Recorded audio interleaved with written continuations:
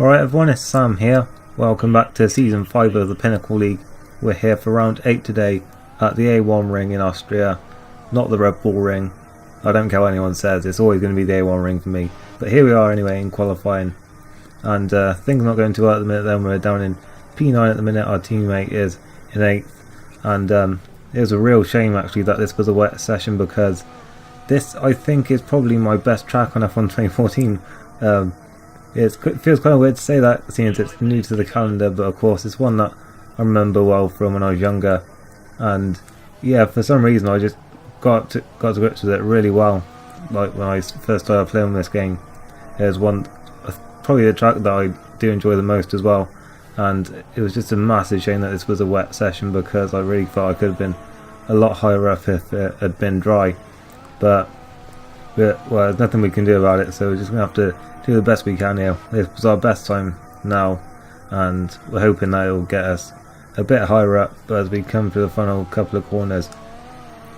Such a short lap here, of course, so obviously there's not really any way you can gain massive amounts of time on other people, but across the line we go then, provisionally P5, and we'll have to see where it puts us. But unfortunately a few more people improved, so we're down to P8 in the end. It's James on pole, Psycho Swish in second, and Colonel Check in third then. Two champions on the front row, and it should be an exciting race as we go to the grid now then. And it's a different Williams on pole this time then to the one we have been seeing of late.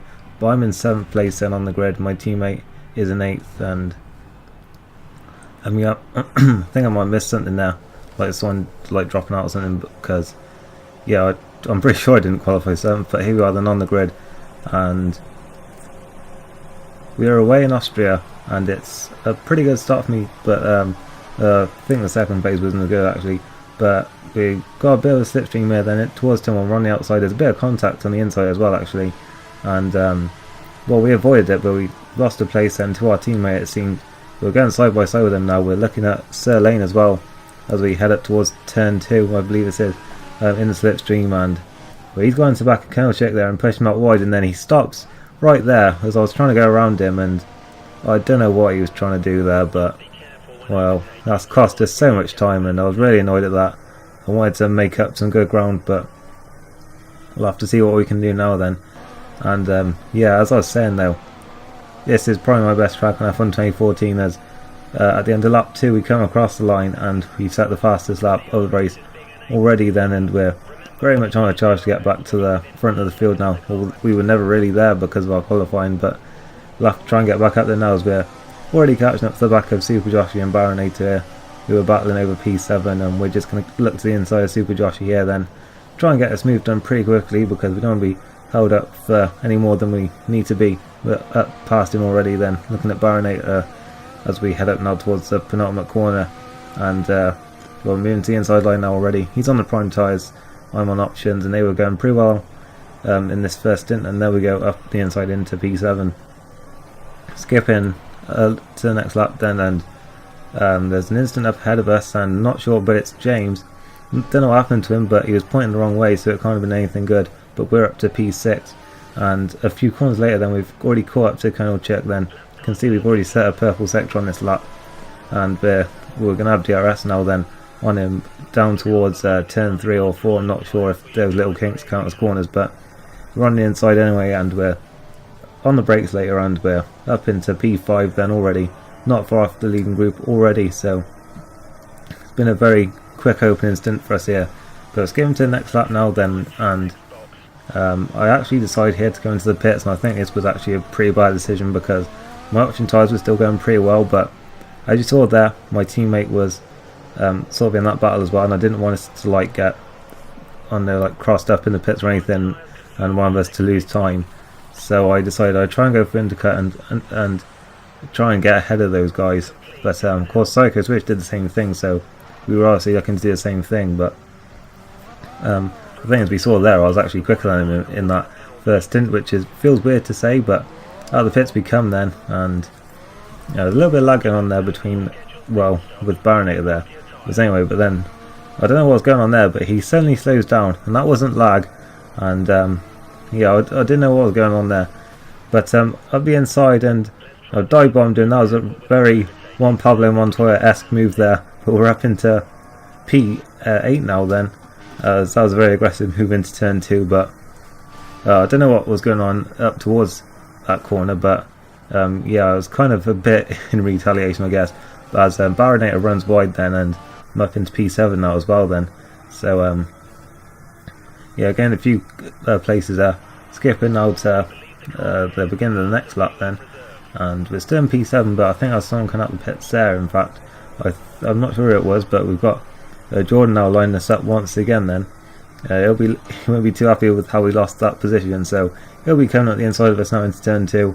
Probably going to try and do the same thing, and there he goes at the inside, but he doesn't pull it off. Well, certainly not as well as I did, although, or whether you think well, my move was foul or not is well, that could be discussed, but yeah, well, it's done now. But then there's a bit of an incident between DLT and Richard, and well, I'm not sure if he was letting me through there or not, but I'm up past him now anyway, and into P5 then. A couple more people still to pit, I think, but now behind DLT then, and yeah, I think a couple of people more still to pit, and yeah, that means that we'll be on the podium then, me and DLT. So yeah, it's some good points here to be won, with whoever can win this battle here.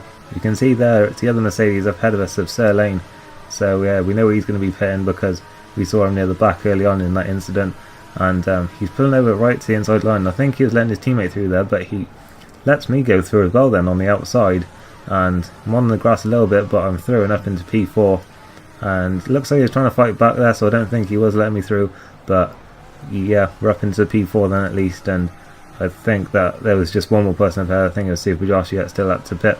So yeah, looks like we're on course for a podium at the minute then. Just past halfway stage in this race, and we're heading now into the penultimate corners, just trying to find a place where maybe we can line up DLT. Of course we are close enough for DRS at the minute, but not really close enough to take full advantage of it, as Super Joshy now comes in and we're up onto the podium then. So yeah, it's not gone too badly in this race then for us, and yeah, I guess the only thing you could say is like how much further it will we be without that first corner incident, but or first lap incident anyway.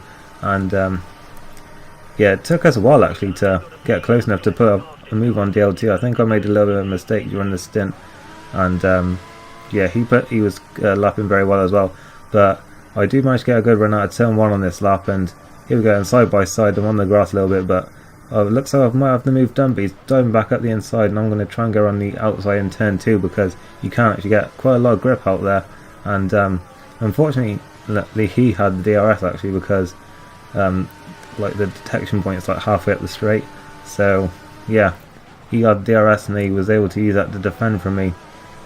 And unfortunately at this stage I was just starting to lose my tyres a bit, and that's where that early stop probably was a bad choice for me, because yeah, my tyres were starting to wear off pretty quickly after that.